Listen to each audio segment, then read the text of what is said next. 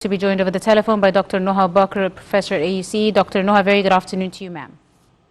Good afternoon. It's a pleasure to be with you. Thank you very much, Doctor. Thank you very much, Doctor, for your time and for joining us. Now, of course, Sheikh Mohammed bin Zayed Al Nahyan has been appointed as the new president just after the passing of the late, of course, leader, Sheikh Khalifa bin Zayed Al Nahyan, who died on Friday at the age of 73. Dr. Noha, was this appointment, in your opinion, expected, and what are your expectations for the continued legacy of the late leader?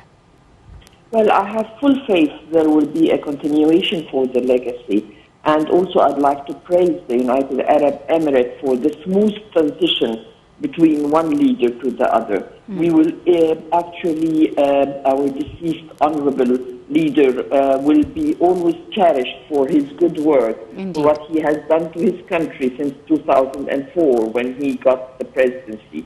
He was the chairman of the Supreme Petroleum Council from the late 1980s, and he had a very important role in rescuing Dubai when it suffered from economic crisis, to the extent that the iconic tower or Burj Al Khalifa was named after him. Yes. Also, his relation on bilateral and multilateral level with neighboring countries, on regional level, on international level, were known for its wisdom and calculation of risks. All this I expect to be continued. The fact that the transition of power between one leader to the other happened so smoothly reflects the continuation of the strategy of the United Arab Emirates in its foreign policy and also in its internal policy. Absolutely. Of course, President Abdel Fattah al-Sisi arrived today at Abu Dhabi to offer his condolences over the death of Sheikh Khalifa bin Zayed Al Nahyan. And earlier on Friday, he mourned the Sheikh's death and said that he sincerely loved Egypt and was a loyal friend through all the different and difficult circumstances that Egypt and many other Arab nations went through. How do you see, the President's words, especially as he offered his condolences to the United Arab Emirates people?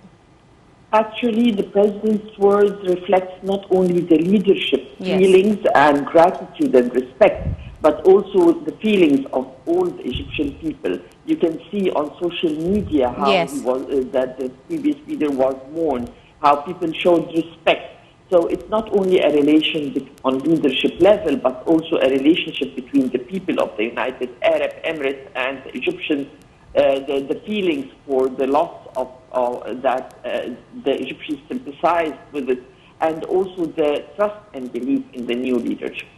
Indeed.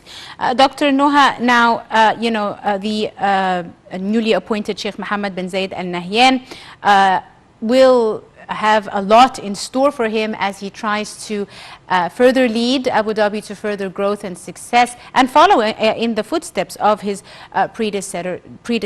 How do you see the reception of the news of his appointment? I see that the news of his appointment and the speed of the appointment based on the Constitution of the United Arab Emirates, they had 1 full month to make such an appointment. But the speed in the process is comforting about the security of and stability of the United Arab Emirates. Also, he will be facing the same challenges that his predecessor has faced, like the war in Yemen, the global conditions because of the Ukrainian war. The United Arab Emirates is just out of the pandemic like all other countries. So there are economic challenges, there are political challenges, security challenges. Egypt will continue to support the United Arab Emirates because the support is from both countries to each other. We will continue Egypt's foreign policy to consider the security of the Gulf as part of the Egyptian national security. Yes. Our president is there to present the condolences of all the Egyptians to the United Emirates people and to show our respect. Absolutely. Of course, the unity of the United Arab Emirates was always a key target for the late Sheikh Khalifa. And how do you expect the Sheikh Mohammed bin Zayed Al Nahyan to complete the growth of the Federation of the Seven Emirates and continue this unity? I have full confidence that it will continue. The rotation of power is very smooth in the United Arab Emirates. The respect of the system is there between all the Emirates, the 7 Emirates. The win-win situation that they always seek, and the unity and respect to each other, has always been something actually praised in the United Arab Emirates. Indeed. Right. Dr. Noha Bakr, Professor at AUC, thank you so much, Doctor, for your time and your insight and for joining us on today's edition of Cairo Local Time. And that's all the time we have for today's episode. We do hope you have enjoyed it. Join us again tomorrow just after 4 p.m. for a new edition and a new crew. Till then, my name is Angie Meher. Many thanks for joining us.